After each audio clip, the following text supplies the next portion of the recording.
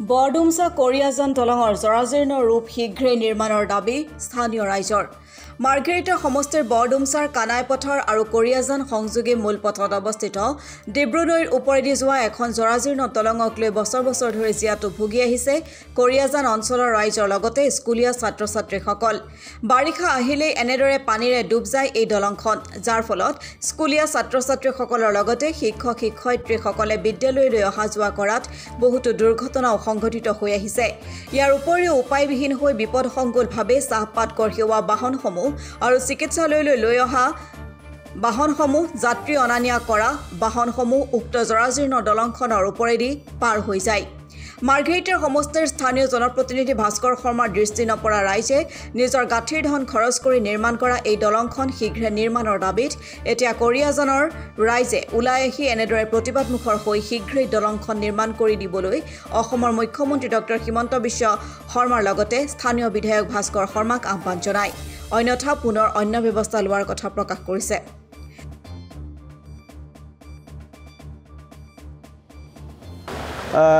হয়, আজি আমি যিটো পৰিস্থিতিত আমি বৰ্তমান আমি য'ত থিয় হৈ আছোঁ, এইটো ইতিমধ্যে আমাৰ যিসকল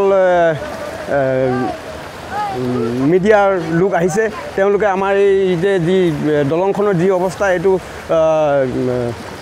মিডিয়াৰ যোগে প্ৰচাৰ কৰিবলৈ যি প্ৰয়াস কৰিছে, সেইবাবে তেওঁলোককো আমি আমাৰ ৰাইজৰ তৰফৰ পৰা অশেষ ধন্যবাদ জ্ঞাপন কৰিছোঁ। আৰু আপোনালোকে দেখিছে এই ৰাস্তাটো আমাৰ ৰাইজে, এই কৰিয়াজান গাঁৱৰ ৰাইজে বহু কষ্টৰ মূৰত নিজৰ শ্ৰমদান আৰু অৰ্থ সংগ্ৰহ কৰি আমি পথটো দলংখন নিৰ্মাণ কৰি লোৱা হৈছিল। কিন্তু বিভাগীয় কৰ্তৃপক্ষকো আমি এই দলংখনৰ বিষয়ে আমি কেইবাবাৰো অৱগত কৰা হৈছে, কিন্তু চৰকাৰ বা নেতাসকলে ইয়াৰ কোনো এটা সুচল পথ বিচাৰি নুলিয়ালে আজিলৈকে। সেইকাৰণে আমি আজি ৰাইজ আৰু দল সংগঠন সকলোৱে আমি মিলিজুলি আজি ইয়াত সমবেত হ'ব লগা হৈছে। আমি কোনো চৰকাৰ বা কোনো দল সংগঠনৰ বিষয়ে আমি বেয়াকৈ ক'বলৈ নাযাওঁ, কিন্তু আমি আচলতে আমাৰ যিটো প্ৰকৃত সমস্যা, সেই সমস্যাটোহে আমি উত্থাপন কৰিবলৈ আমি সমবেত হৈছোঁ। আৰু এই পথটো আমাৰ মূল লক্ষ্য হ'ল, আমি এই অঞ্চলৰ মানুহ সকলো কৃষিজীৱী, আৰু কৃষি যিমান আমাৰ উৎপাদন হয়, বিশেষকৈ চাহ খেতিৰ যি পাত পত্ৰ আমাৰ উৎপাদন হয়, ইয়াৰ উপৰি এই দলঙৰ বুকুৱেদি চাহপাতবোৰ ফেক্টৰীলৈ অনা নিয়া কৰা হয়। আৰু যিসকল আমাৰ শ্ৰমিক, তেওঁলোকে এই দলঙৰ ওপৰেদি অহা যোৱা কৰি তেওঁলোকৰ জীৱন নিৰ্বাহ কৰি আছে। আৰু ইয়াৰ ঠিক নাতি দূৰতে অৱস্থিত এখন পূৰ্বজ্যোতি মধ্য ইংৰাজী বিদ্যালয় আৰু প্ৰাথমিক বিদ্যালয়, আৰু এখন তাৰ নাতি দূৰত আৰু এখন প্ৰাথমিক বিদ্যালয় আছে। মুঠতে ৩-৪খন স্কুল এই পথেদি ৰাইজে অহা যোৱা কৰে। আৰু ইয়াৰ যিবিলাক লোক আছে, তেওঁলোকৰ ছাত্ৰীসকলক বৰডুমছা বা ভাল শিক্ষানুষ্ঠানত পঢ়াবলৈ নিবলৈ হ'লে এই পথেদি ওপৰেদি যাব লগা হয়। আজি আপোনালোকে নিজ চকুৰে প্ৰত্যক্ষ কৰিছে, এই পানীত বাৰু আমাৰ এই ছাত্ৰ ছাত্ৰীসকলক কেনেকৈ লৈ যাম। আমাৰ গতিকে যি শিক্ষা ব্যৱস্থা, সেই শিক্ষা ব্যৱস্থাটো আমি ল'ৰা ছোৱালীক উন্নত শিক্ষা আমি দিবলৈ অপাৰক, কাৰণ আমি যাতায়াতৰ সুচল ব্যৱস্থা নহ'লে আমি কেনেকৈ ল'ৰা ছোৱালীক আমি স্কুলত আমি থৈ আহিমগৈ। আৰু আমি অনুৰোধ কৰিম যে চৰকাৰ বা বিভাগীয় কৰ্তৃপক্ষক আমি অনুৰোধ কৰিম যাতে আমাৰ এই দুৰ্ভোগ ভুগি থকা এটা দীঘলীয়া যাত্ৰা, যি যাত্ৰাটোত আমি ভোগ কৰি থকা যি আমাৰ জৰাজীৰ্ণ দলং, এই দলংখন শুদ্ধভাৱে ভালভাৱে নিৰ্মাণ কৰি আমাৰ স্বাভাৱিক জীৱন যাত্ৰা পুনৰ ঘূৰাই আনিব বুলি আমি আশা কৰি আজি আমি কৰ্তৃপক্ষক অনুৰোধ জনাম। হয়, সঁচাকৈ আজি সংবাদদাতাসকলে আজি আহি আমাৰ এই বৰডুমছা কৰিয়াজান সংযোগী যিখন দলং, এই দলংখনৰ ওপৰত সমীক্ষা চলাবলৈ অহাৰ বাবে আপোনালোকক ধন্যবাদ জ্ঞাপন কৰিছোঁ। আমাৰ এই দলংখনৰ সমস্যা আচলতে বহুদিনৰ পৰাই এই দলংখনৰ বাবে কৰিয়াজান ৰাইজে বহুত জীয়াতু ভুগি আছে। যাতায়াত অহা যোৱা, বিভিন্ন দিশত বেহা বেপাৰ বা স্কুল কলেজ এইবিলাকৰ অহা যোৱা কৰিবৰ কাৰণে ইয়াৰ ৰাইজে আজি বহুত দিনৰ পৰা কষ্ট ভোগ কৰি আহিছে। যিহেতু এটি অঞ্চলৰ উন্নয়নৰ প্ৰধান দিশটোৱে হ'ল দলং আৰু ৰাস্তা ঘাট। আৰু আজি সঁচাকৈ এই কৰিয়াজানৰ এই দলংখন নোহোৱাৰ বাবে আমি সঁচাকৈ বৰ আমি সমস্যাত ভুগি আছোঁ। আজি স্বাধীনতাৰ কিমান বছৰ পাৰ হৈ গ'ল, তাৰ পিছতো আমি আচলতে আজি আমি স্বাধীন বুলি আমি ক'ব নোৱাৰা হৈছোঁ। আমি গতিকে এনেকুৱা ধৰণৰ এটি সমস্যা, যিটো আমি যোৱা বছৰ এই বিষয়ে আমি কৰিয়াজানবাসী ৰাইজে মিডিয়াৰ যোগেদি চৰকাৰ দৃষ্টিগোচৰ কৰিছিল, কিন্তু আজি এই বছৰ পুনৰ এইদৰে এই সমস্যাটোৰ কথা দোহাৰিব লগা হোৱাটো সঁচাকৈ বৰ দুৰ্ভাগ্যজনক বুলি ক'ব লাগিব। গতিকে আমি আহ্বান জনাওঁ চৰকাৰৰ লগতে বিভিন্ন জনপ্ৰতিনিধিসকলক, তেওঁলোকে যাতে এই আমাৰ কৰিয়াজানৰ যিটো এই দলংখনৰ যিটো সমস্যা, সেই সমস্যা সমাধানত যাতে এটা স্থায়ী সমাধান যাতে আনি দিব পাৰে বা চেষ্টা কৰে, তাৰ বাবে মই বিভিন্ন জনপ্ৰতিনিধিসকলক আমি আহ্বান জনাইছোঁ।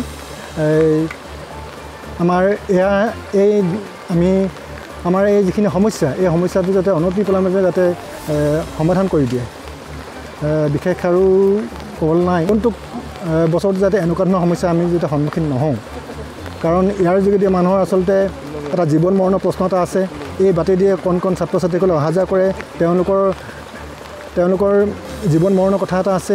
বিভিন্ন অভিভাৱকসকলে বিভিন্ন ধৰণৰ চিন্তাত পৰিবলগীয়া হয়। গতিকে এনেকুৱা এটা সমস্যা আমি লৈ যে কৰিয়াজানবাসী ৰাইজে আজি ইমান দিনে হেৰি হৈ আছোঁ, আচলতে আমি নিজকে পৰিচয় দিবলৈ সঁচাকৈ লাজ লগা বিষয় এটা হৈ পৰিছে। গতিকে আমি আহ্বান জনাইছোঁ পুনৰ যে এই দলংখন অনতিপলমে হৈ উঠিব লাগে।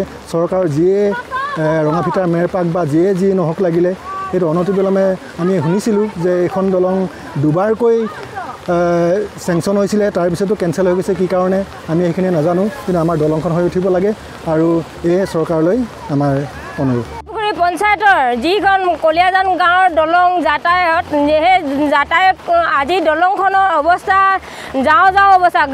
গাঁৱৰ ৰাইজৰ প্ৰচেষ্টাত ঘৰে ঘৰে 100 টকা 150 টকা যোনে যিমান পাৰে 1000 টকাকৈ কালেক্ট কৰি এই দলংখন আমি সমস্যাৰ সমাধান কৰি আছিলোঁ। ইমান ডাঙৰ এখন চৰকাৰ থাকি আমাৰ আজি এই যদি এই দলংখন ইয়াতকৈ যদি পানী বেছি হয়, 2-4 দিন যদি পানী একেৰাহে আহি থাকে, তেতিয়া আমাৰ এই দলংখন ৰাইজে বনোৱা দলংখন ইতিমধ্যে যাওঁ অৱস্থা হৈ আছে।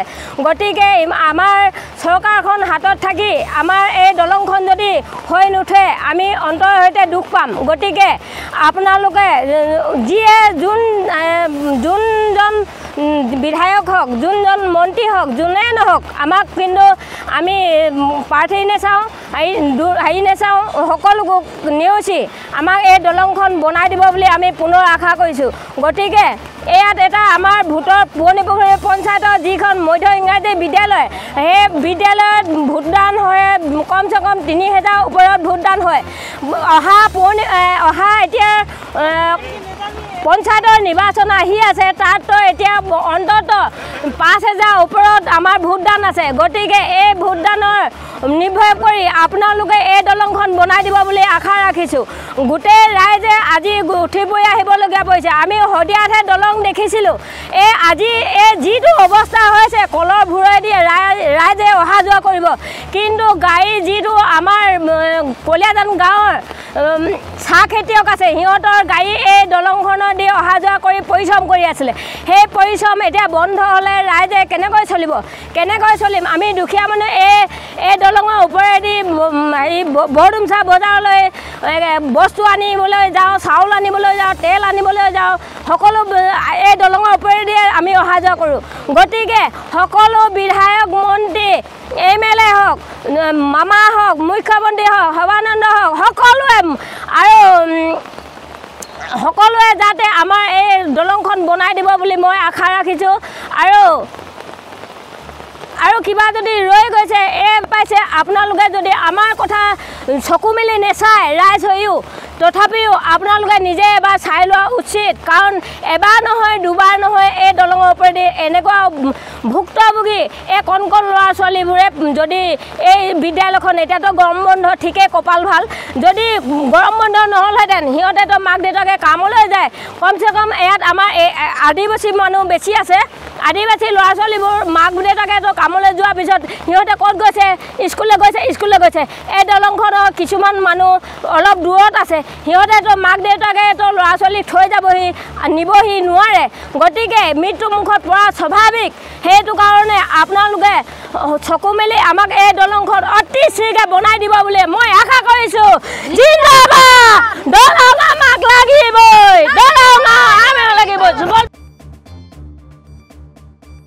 মাৰ্ঘেৰিটাৰ পৰা অৰুণ ভূঞা ৰিপৰ্ট অসম টুডে।